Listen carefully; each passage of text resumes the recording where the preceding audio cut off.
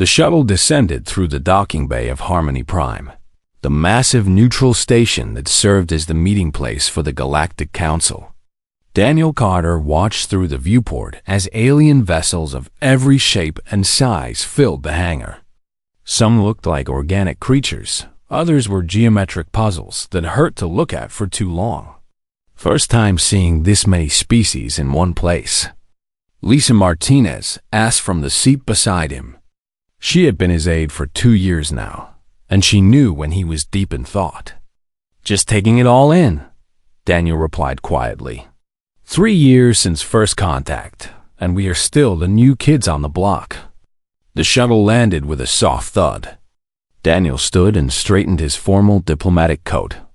It was simple compared to the elaborate robes and armor he had seen other diplomats wear, but that was intentional. Humanity wanted to project humility and openness. Lisa gathered her datapad and followed him to the exit. "The council has assigned us meeting hall 7, she said. "It is one of the smaller chambers." "Of course it is," Daniel said without emotion. They were being shown their place in the galactic hierarchy. The station's interior was breathtaking. Crystalline walls shifted colors to accommodate the visual preferences of different species. The gravity adjusted in sections to comfort beings from high-gravity worlds and low-gravity moons alike. Hundreds of aliens moved through the corridors, most ignoring the 2 humans completely. A 4-armed creature with blue skin stepped into their path. "You are the human delegation?" "I am Ambassador Daniel Carter, representing Earth," Daniel said with a respectful nod. "This is my aide, Lisa Martinez." "I am Assistant Coordinator Threx," the alien said, his voice translated through the universal device everyone wore. "Follow me to the council chamber. Do not touch anything, do not speak unless addressed directly, and do not make any sudden movements." Lisa's jaw tightened, but Daniel placed a calming hand on her shoulder. They followed Threx through winding corridors until they reached an enormous set of doors. The chamber beyond was circular, with raised platforms for the council members and a small standing area in the center for petitioners. 23 council members sat on their platforms. Most looked bored. A few seemed actively hostile. At the highest platform sat High Councilor Vreen, an insectoid being whose compound eyes glittered in the dim light.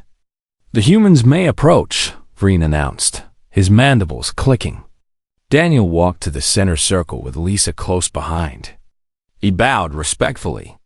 "Honored counselors, I bring greetings from Earth and gratitude for this opportunity to address you."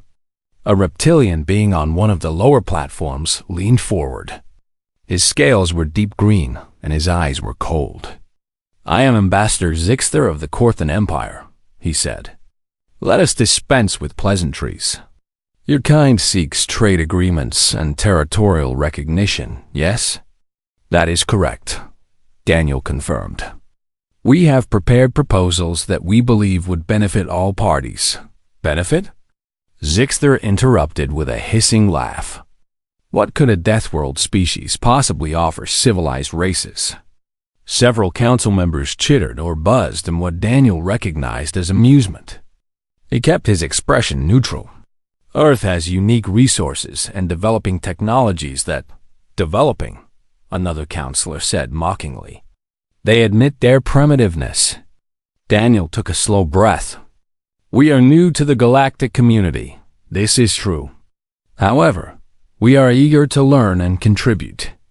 Our proposal outlines mineral rights in 3 unclaimed systems, cultural exchange programs, and joint research initiatives." Lisa activated her datapad and transmitted the documents to the council's network. For several minutes, the counselors reviewed the information. Most seemed to skim it dismissively. Vreen finally spoke. "Your proposals are noted. However, the council has concerns about human expansion. Your species has claimed 17 systems in contested space. With respect, those systems were unclaimed according to galactic law," Daniel replied. "We file proper claims and establish colonies within legal parameters. Zixter slammed a clawed hand on his platform. Legal parameters you barely understand. You Deathworlders think strength gives you rights, but you are children playing at civilization. We seek only what is fair, Daniel said calmly. Fair? Zixter stood, his impressive height making him loom over the chamber. Fair would be your kind, accepting guidance from established powers. Fair would be recognizing your place as junior members who should be grateful for any scraps we throw you. Lisa's hand moved toward her communicator, but Daniel shook his head slightly. Not yet. The session continued for 2 more hours. Every proposal was dismissed. Every attempt at compromise was rejected. The Council treated humanity's requests with contempt, as if they were indulging a foolish child. Finally, Vreen raised a chitinous hand. This session is concluded. The Council will review your proposals and issue a decision within 30 cycles. You are dismissed. Daniel bowed again. Thank you for your time, counselors. As they turned to leave, Zixter called out. Ambassador Carter. A word of advice. Teach your people humility. The galaxy is vast and ancient. Upstart species who forget their place often find themselves isolated, or worse. Daniel met the reptilian's gaze. I will convey your words to my government. They walked from the chamber in silence. Only when they were in a private corridor did Lisa speak. That was a disaster. They are not even considering our proposals. No, they are not, Daniel agreed. His voice was still calm, almost detached. So what do we do? Lisa asked. Report back to Earth and recommend we withdraw our claims? Daniel stopped walking and looked at her. We do exactly what we came here to do. We gather intelligence, assess their capabilities, and wait. Wait for what? For them to make their intentions clear, Daniel said. He noticed movement on the security feeds displayed on a nearby wall. Korthan vessels were repositioning around the station. Not enough to be obvious, but enough to be noticed by someone looking. They continued toward their assigned quarters. The station was a maze of different architectural styles merged together. Some corridors were wide enough for massive creatures, others required Daniel to duck. Back in their suite, Lisa immediately began encrypting her observations. I counted at least 40 different species represented, she said. Most seemed to defer to the Korthan Empire, the Vrexian Collective, and the Harmonious Unity. Daniel stood at the window, looking out at the stars. And they all view us the same way. Primitives from a violent world who got lucky enough to develop faster-than-light travel.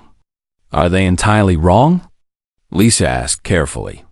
No, Daniel admitted. Earth is a death world by their standards. Our gravity is crushing to most species. Our diseases are deadly. Our predators would terrify most of them. But they mistake where we come from for who we are. They think we are barbarians. They think we are weak, Daniel corrected. That is a different mistake entirely. A chime sounded at the door. Lisa checked the security panel. It is Threx, the assistant coordinator. Let him in. The 4-armed alien entered, looking nervous. Ambassador Carter, I come with unofficial advice. Leave Harmony Prime tonight. The Council is discussing sanctions against Earth. Some members speak of military action to contain your expansion. Daniel studied him. Why are you telling us this? Because I have studied your species, Threx said quietly. I know what you are capable of when cornered. I would prefer the galaxy avoid that outcome. I appreciate the warning, Daniel said. But we will stay. We came for diplomacy, and we will see it through. Threx's shoulders slumped. Then may fortune favor you, human. You will need it. After he left, Lisa looked at Daniel with worry. Should we take his advice? No, Daniel said. He moved to the communication console and began typing an encrypted message. But we should prepare for what comes next. What are you doing? Daniel finished the message and sent it on a secure channel, making sure Earth knows exactly what kind of galaxy we live in. Outside the window, more ships continued to gather. The stage was set. Soon, the Galactic Council would learn what it meant to mistake patience for weakness. Daniel Carter was many things. A diplomat was only one of them. Daniel spent the next morning reviewing intelligence reports in his quarters. Lisa had worked through the night, compiling data on Council military assets and political alliances. The picture was not encouraging. The Corthan Empire has 47 warships in this sector alone, Lisa said, highlighting a tactical display. Most other council members have pledged non-interference if conflict arises. They are building consensus for action against us, Daniel observed. Zixter is positioning himself as the voice of galactic security. A message arrived on the secure channel. Daniel read it and allowed himself a small smile. Earth acknowledges receipt of our reports. They are standing by. Standing by for what? Lisa asked. For whatever comes next, Daniel replied. At midday, they received a summons to return to the council chamber. Daniel dressed in the same simple diplomatic coat, though he noticed Lisa checking her concealed sidearm before they left. Old habits from her military days. The corridors seemed more hostile today. Aliens who had ignored them before now watched with open suspicion. Word had spread about the council's displeasure with humanity. They arrived at the chamber to find only 5 council members present, including Zixter and Vreen. This was not a formal session. Ambassador Carter, Vreen began, his tone flat. The council has reviewed your proposals. We find them unacceptable. May I ask what specifically? Daniel started. You may not, Zixter interrupted. Your species will withdraw claims from all contested systems. You will cease colonial expansion. You will submit to a Corthan Oversight Committee that will approve all future human activities in galactic space. Daniel felt Lisa tense beside him. Those terms are unreasonable. They violate established galactic law regarding sovereign species. Galactic law applies to civilized races, Zixter hissed.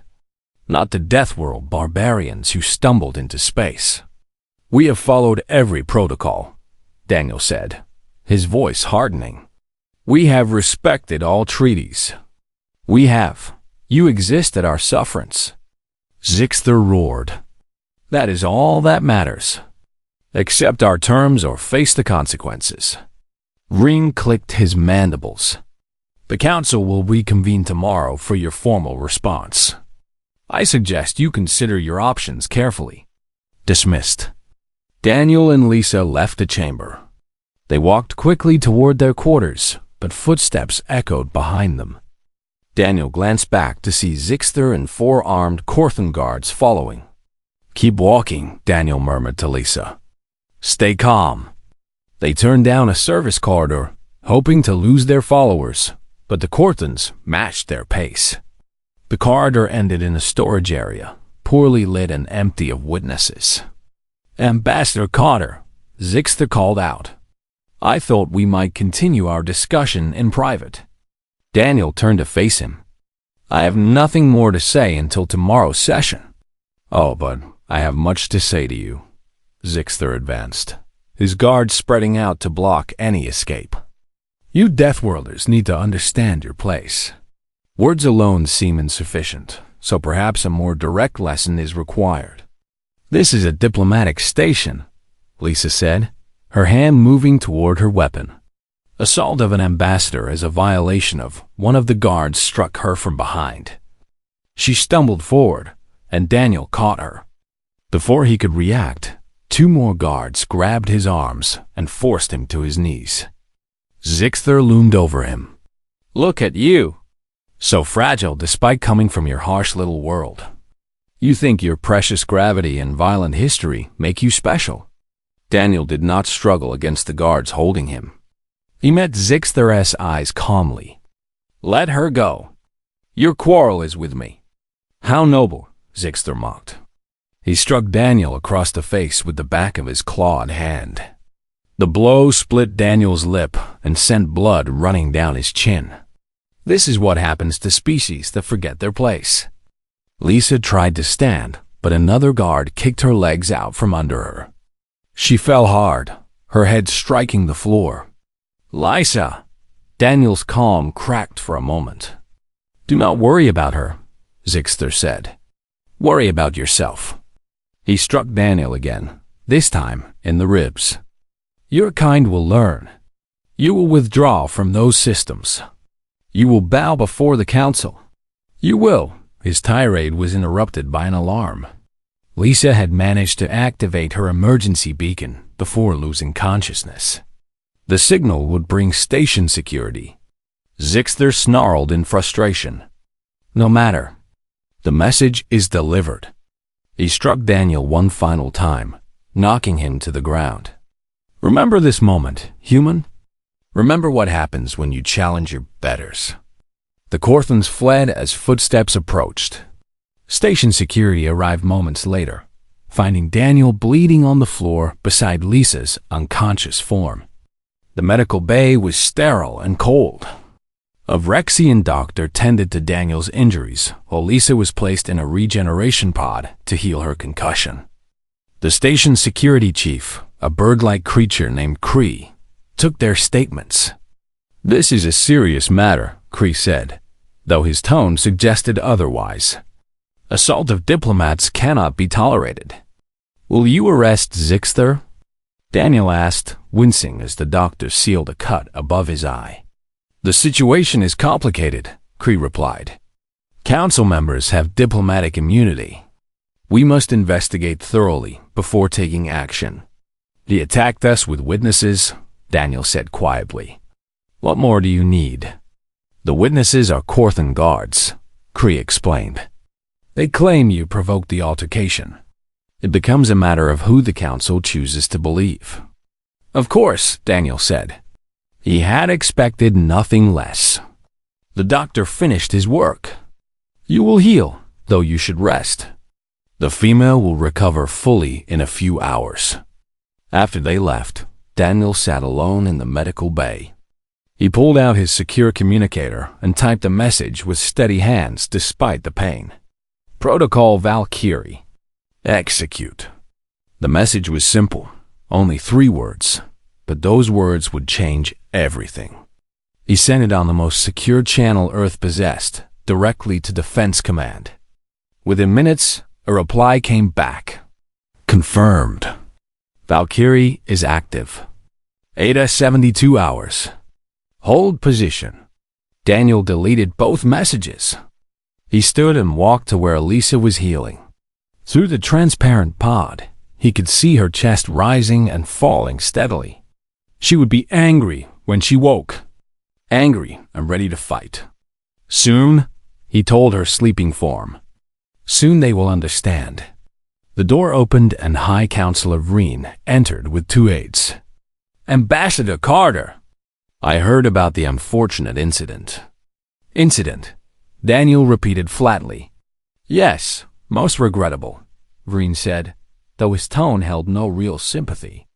"However, after reviewing security footage, it appears the matter is not as clear as you suggested. Ambassador Zixter claims you made threatening gestures." "That is a lie." "Perhaps," Vreen acknowledged. "But he is a respected council member with decades of service. You are a newcomer from an unknown world. Who should the council believe?" Daniel looked at the insectoid being. "You are not even pretending this is about justice." "Justice is subjective," Vreen replied. "What matters is order. The council maintains that order. Your species threatens it by refusing to accept your proper place. This incident, unfortunate as it may be, demonstrates why humans cannot be trusted with full sovereignty. You are using this as justification for the terms you demanded," Daniel said. "I am explaining reality," Vreen corrected. "Tomorrow you will accept our terms. You will apologize to Ambassador Zixter. You will recommend Earth comply with all Council directives. If you do this, the assault charges will be dropped and we can move forward productively. And if I refuse? Reen's compound eyes glittered. Then you will find that the galaxy is a dangerous place for species without powerful friends. Harmony Prime is neutral ground, but accidents happen. Ships disappear. Colonies fail. It would be tragic if Earth suffered such misfortunes. The threat was clear. Submit or face consequences. After Reen left, Daniel sat down heavily. His ribs ached and his face throbbed. But none of that mattered. What mattered was that the Council had revealed their true nature. They ruled through intimidation and force. That was their mistake. They thought they were dealing with desperate diplomats. They thought humanity would bend rather than break. They had no idea who Daniel Carter really was. No idea what was coming. 72 hours. That was all he needed to hold out. Then the galaxy would learn that humans could be patient, could be diplomatic, could be reasonable. Right up until the moment they chose not to be.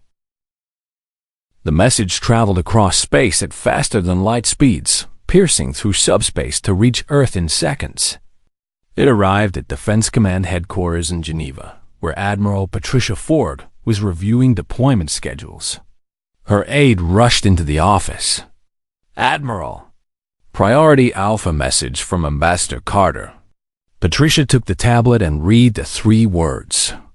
Her expression hardened. Sound Protocol Valkyrie.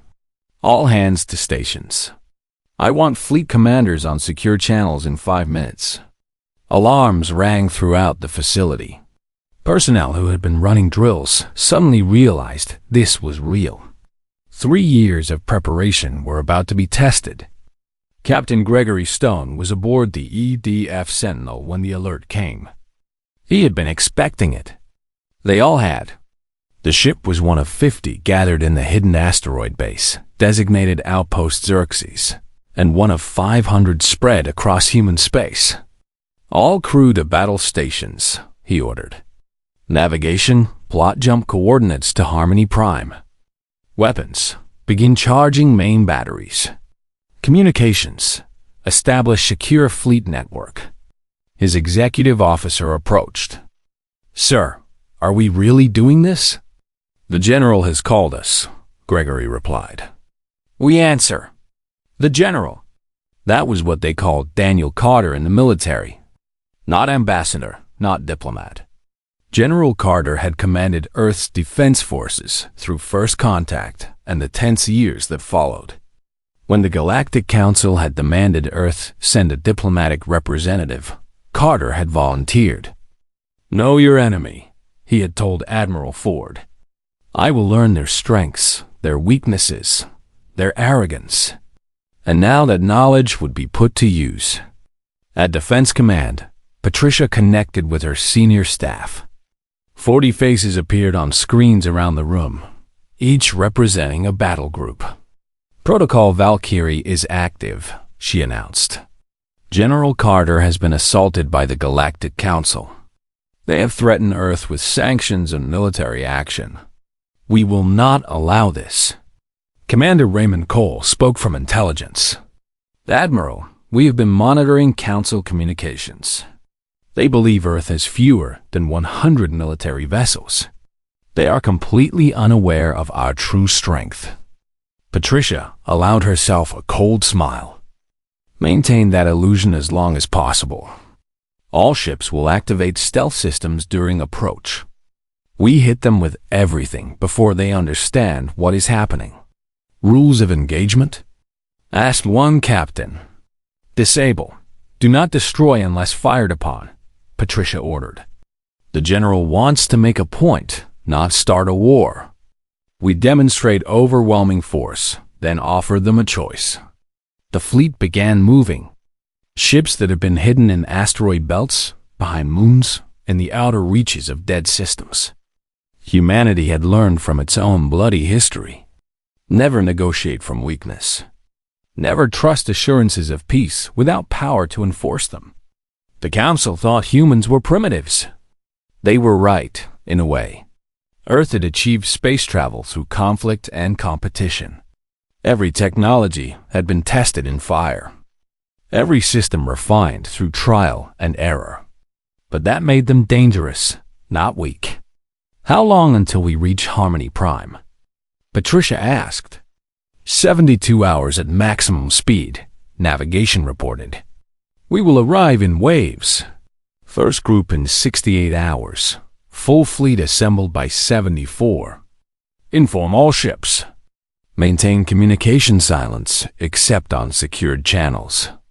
I want perfect coordination. When we drop into normal space around that station, I want it to look like the hand of God reaching down. Meanwhile, on Harmony Prime, Daniel Carter was being discharged from medical. Lisa had recovered and stood beside him, a bandage still wrapped around her head. You sent the message, she said. It was not a question. I did. So now we wait? Now we make them believe they have won, Daniel corrected. Let Zixter think his brutality worked. Let the Council think we are beaten. They returned to their quarters under heavy escort. Apparently, station security now deemed them a flight risk. Daniel did not argue.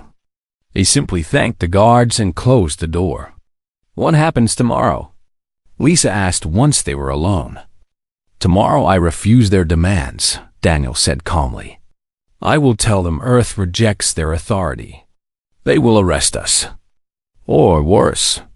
Probably, Daniel agreed. But they will not kill us. Not immediately. They will want to make an example. Broadcast our humiliation to all of humanity. Lisa sat down heavily. You are using us as bait. I am using myself as bait, Daniel corrected. You can leave. Take a shuttle back to Earth. No one would blame you. And miss the show? Lisa laughed bitterly. Not a chance, sir. I signed up to see this through. Daniel felt a surge of pride. Thank you, Lieutenant. She looked up sharply. He had not used her military rank in 2 years. You remember? I remember everything, Daniel said. Every soldier who trusted me. Every mission we ran. Every victory and every loss. I became a diplomat hoping to avoid adding more losses to the list. But they would not let you, Lisa finished.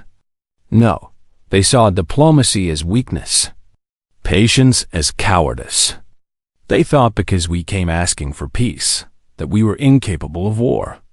So we showed them different? We showed them the truth, Daniel said. That humans prefer peace, but prepare for war. That we would rather talk than fight.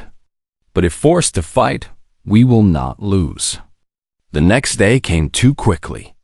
Daniel dressed carefully, choosing formal attire that bore no military insignia. Lisa did the same. They walked to the council chamber one last time.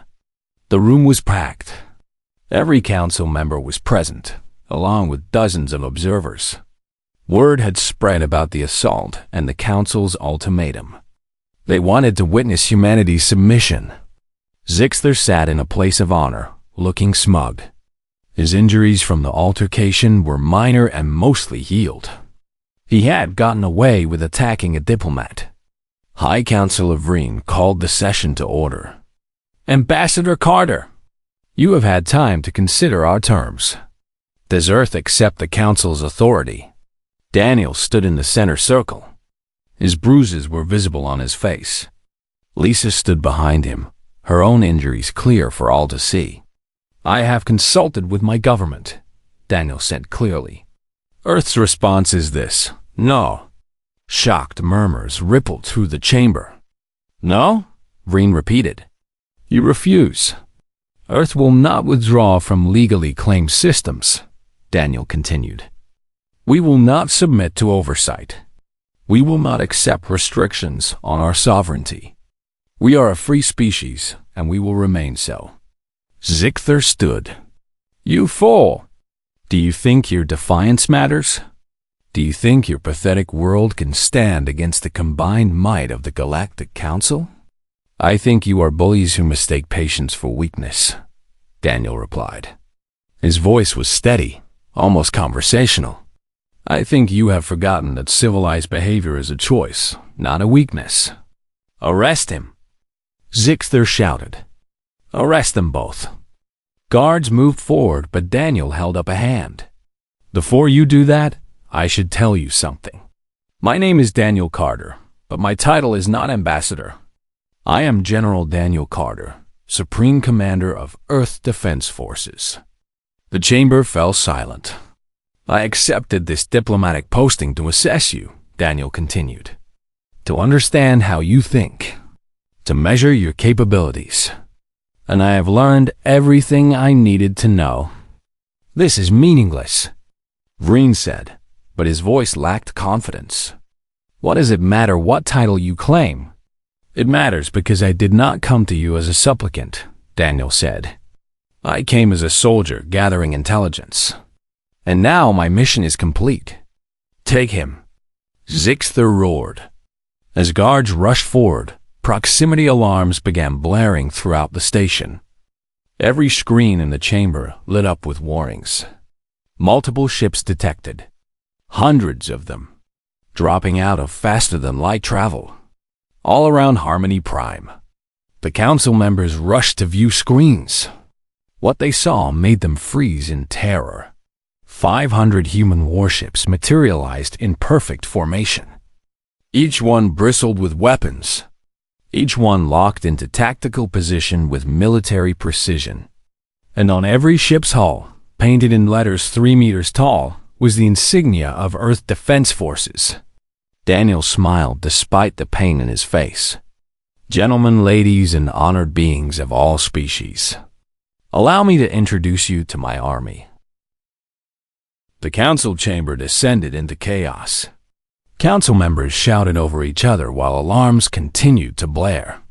The view screen showed the impossible. 500 warships where intelligence had claimed only dozens existed. This cannot be real. Someone shouted.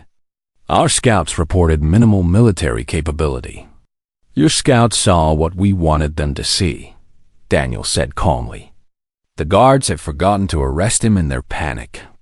We have been building this fleet for 3 years. Every ship constructed in hidden facilities. Every crew trained in secret. Every weapon system tested far from prying eyes. Zixter's claws scraped against his platform.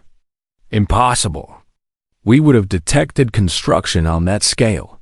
You detected nothing because you were looking for nothing, Lisa said. She had moved to stand beside Daniel. You assumed we were too primitive to deceive you. That assumption was your first mistake. High Counselor Vreen tried to restore order. This changes nothing. We still outnumber you. The combined fleets of the Council can do what? Daniel interrupted. Attack? Go ahead. But understand that if you fire first, my ships have orders to respond with overwhelming force. Every Council world will face human retaliation. Is that what you want? A smaller counselor, a being made of crystalline structures, spoke up. General Carter, surely we can discuss this. Violence benefits no one. Now you want discussion? Daniel asked. Where was this desire for dialogue when Ambassador Zixter was beating me unconscious? Where was it when you threatened to isolate Earth? On the view screens, the human fleet shifted formation. It was a subtle movement, but every counselor recognized it. The ships were surrounding the station completely. Escape was impossible. Admiral Patricia Ford's voice came over every speaker in the chamber. This is Admiral Patricia Ford of the Earth Defense Forces. All Council vessels will power down weapons and remain in position. Any hostile action will be met with immediate response. You have 2 minutes to comply. Zixter slammed his fist down. We will not bow to terrorist demands. Then you will die with honor, Daniel said flatly. But your entire crew will die with you. Is your pride worth their lives? Vreen's mandibles clicked rapidly, a sign of extreme stress. All Council vessels stand down. Power down weapons. Do not engage. One by one, the council ships complied. The Corthan vessels were last, but even they eventually dimmed their weapon arrays. 90 seconds, Patricia's voice announced. All council ships are in compliance, maintaining defensive positions. Daniel touched his communicator. Admiral Ford, prepare boarding teams. I want Ambassador Zixter arrested and brought before this council. Belay that order. Reen shouted. You have no authority here. I have 500 warships that say otherwise, Daniel replied. But let us be clear. I am not conquering this station. I am not declaring war. I am simply demanding justice for an assault that your security forces chose to ignore. The general is correct, a new voice said. A Vrexian counselor stood. Ambassador Zixter committed assault in violation of diplomatic protocols. If we do not hold him accountable, we set a dangerous precedent. Thank you, Counselor Rax, Daniel said. He knew every council member by name now. That intelligence had been hard won. Zixter hissed. I refuse to submit to human justice. You will submit to galactic justice, Reen said quietly. Guards, take him into custody. You cannot be serious. Zixter backed away. I am a council member. You are a council member, Reen corrected. But you have brought shame upon this council.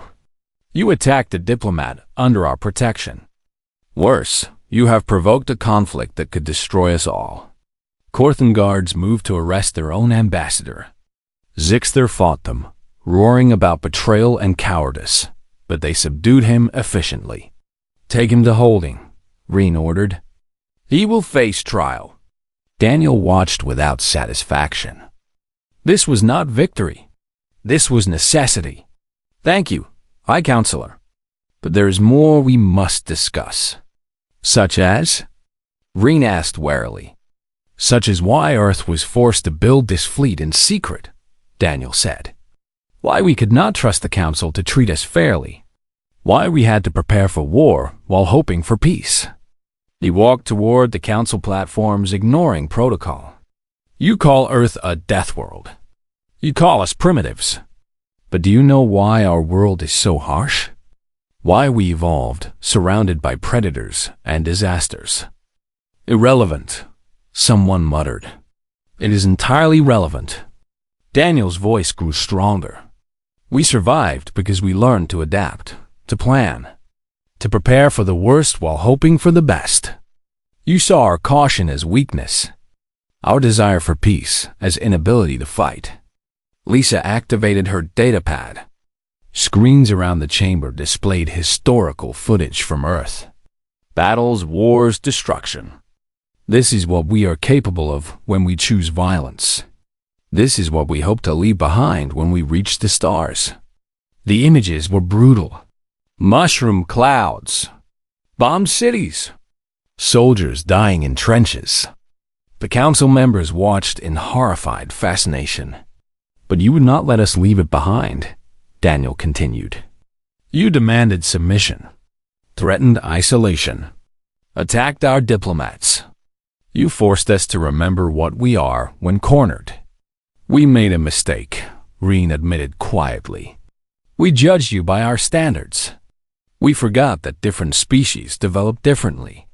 Yes, you did, Daniel agreed. And now we must decide how to move forward. I did not bring this fleet here for conquest. I brought it to ensure respect, to guarantee that Earth will be treated as an equal. Captain Gregory Stone's voice came through communications. General, Corthan reinforcements are entering the sector. 27 warships on intercept course. The Council erupted again. The Corthan military is coming. They will destroy the human fleet. We must evacuate. Daniel remained calm. Admiral Ford, tactical assessment? Patricia's voice was crisp and professional. Corthan vessels are outdated designs. We can disable them without casualties if they engage. Recommend warning shots across their bows. Negative, Daniel said. Hail them. Let me speak to their commander. A moment later, a Korthan admiral appeared on screen. He was older than Zixther, with scars across his scales. I am Admiral Krenth. You will release our ambassador immediately. I cannot do that, Daniel said. He committed crimes against diplomatic law. But I do not want to fight you. Power down your weapons and withdraw. This does not concern your military. Everything concerning the Korthan Empire concerns our military. Then, we are at an impasse, Daniel said, because I will not back down. Your ambassador beat me while I was restrained. He injured my aide. He threatened my species with extinction. If you attack to protect him, you validate his actions. Krenth's expression was unreadable. You speak with courage for someone surrounded by enemies. I speak with honesty, Daniel replied. I do not want war. But if you force it upon me, I will fight. And your ships will burn just like everyone else's. For a long moment, the Korthan admiral said nothing. Then, my nephew was always impulsive, hot-headed. I warned him his temper would cause problems. Your nephew? Reen asked. Yes, Krenth confirmed. Zixther's family. But he is also a fool if he thinks I will start a war to save him from consequences of his own actions. He looked at Daniel. General Carter, I will withdraw my ships on one condition, that my nephew receives a fair trial according to galactic law. You have my word, Daniel said. Then we withdraw. But know this, human. You have made powerful enemies today. Not all Korthans will be as reasonable as I am. The Korthan fleet turned and jumped to faster-than-light speeds. They were gone as quickly as they had arrived. Daniel let out a breath he did not know he had been holding. Admiral Ford, maintain defensive positions but stand down from combat alert. Confirmed. Reducing to yellow alert. He turned back to the council. That could have been a battle. Hundreds dead. Perhaps thousands. All because one being thought he could assault a diplomat without consequences. What do you want from us? Reen asked tiredly. I want what I came here for, Daniel said. Fair treatment. Recognition of Earth's sovereignty. Trading rights. Cultural exchange. All the things I proposed when I first arrived.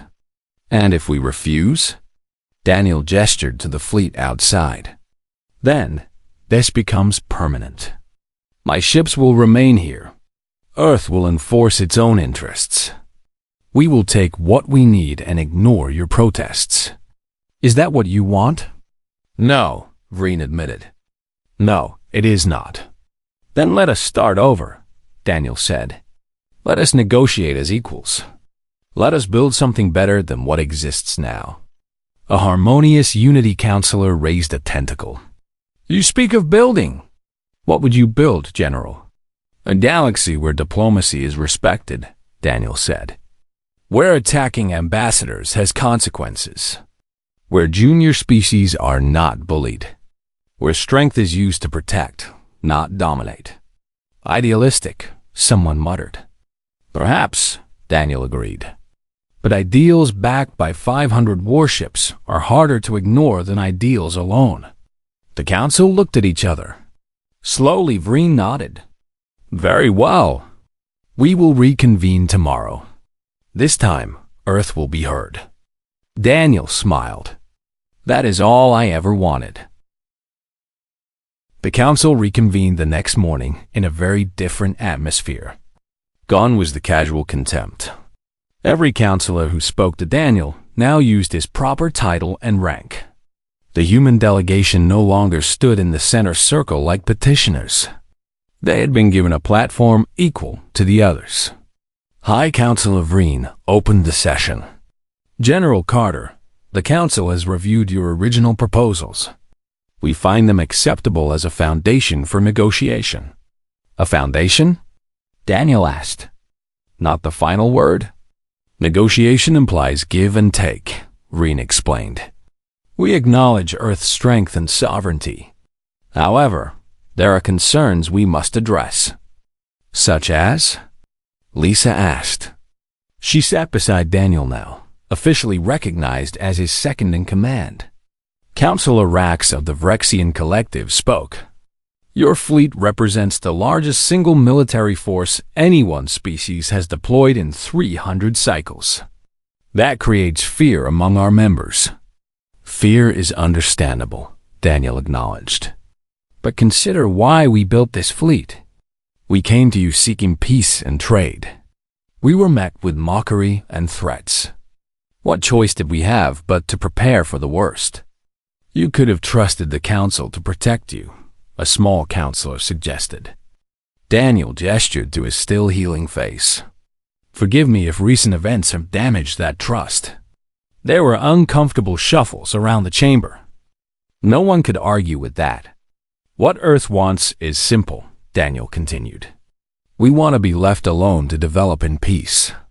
We want fair trading terms. We want our territorial claims respected.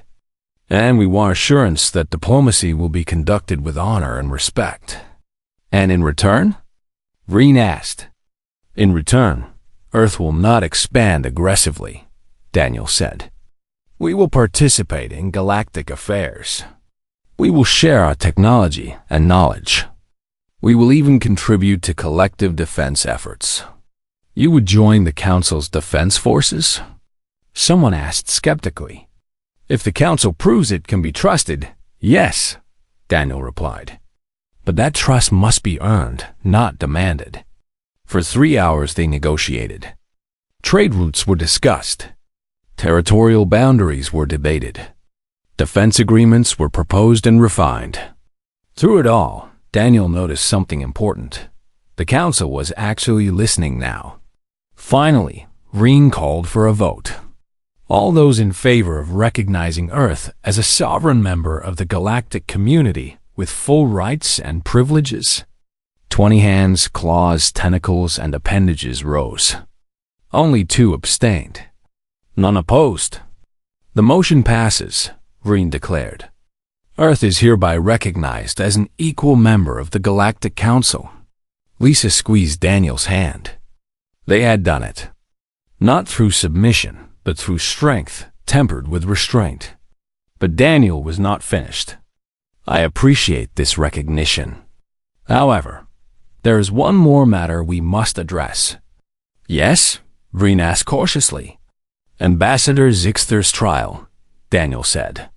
It must be public and fair. The galaxy must see that even powerful beings face consequences for breaking the law.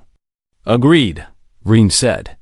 However, I propose we expand the scope of this trial, not just to judge Zixter, but to examine the Council's own failures. This caused a stir. What do you mean? Someone demanded. I mean, we failed in our duty to protect diplomats, Reen explained. We allowed intimidation to become policy. We permitted stronger species to bully weaker ones. Zixter is guilty, yes. But we enabled his behavior by turning a blind eye. Daniel had not expected this. You would hold the Council itself accountable? If we do not, then this recognition means nothing, Reen said. We must reform. We must establish new protocols that protect all species, not just the powerful. Over the next week, Daniel helped draft new diplomatic protection laws. Every diplomat would have guaranteed security. Attacks on diplomatic personnel would result in immediate sanctions. Independent arbitrators would resolve disputes. Zixter's trial became a spectacle broadcast across the galaxy. The evidence was overwhelming. Station security footage showed the assault clearly.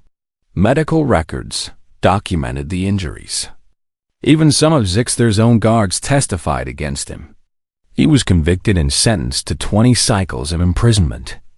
His family was disgraced. The Korthan Empire issued a formal apology to Earth. But more importantly, the trial established precedent. No one, regardless of rank or power, was above the law. 1 month after the trial, Daniel stood on the observation deck of Harmony Prime. The human fleet had reduced to 50 ships. The rest had returned to their hidden bases, ready if needed but no longer required. Admiral Patricia Ford joined him via hologram. "Quite a view," she said. "It is," Daniel agreed. "Strange to think a month ago we were preparing for war." "Are you satisfied with the outcome?" Patricia asked. "Mostly," Daniel said. "We achieved our objectives. Earth is recognized. Our territory is secure. Trade is flowing, but I worry we revealed too much," Daniel admitted. "The Council knows our strength now.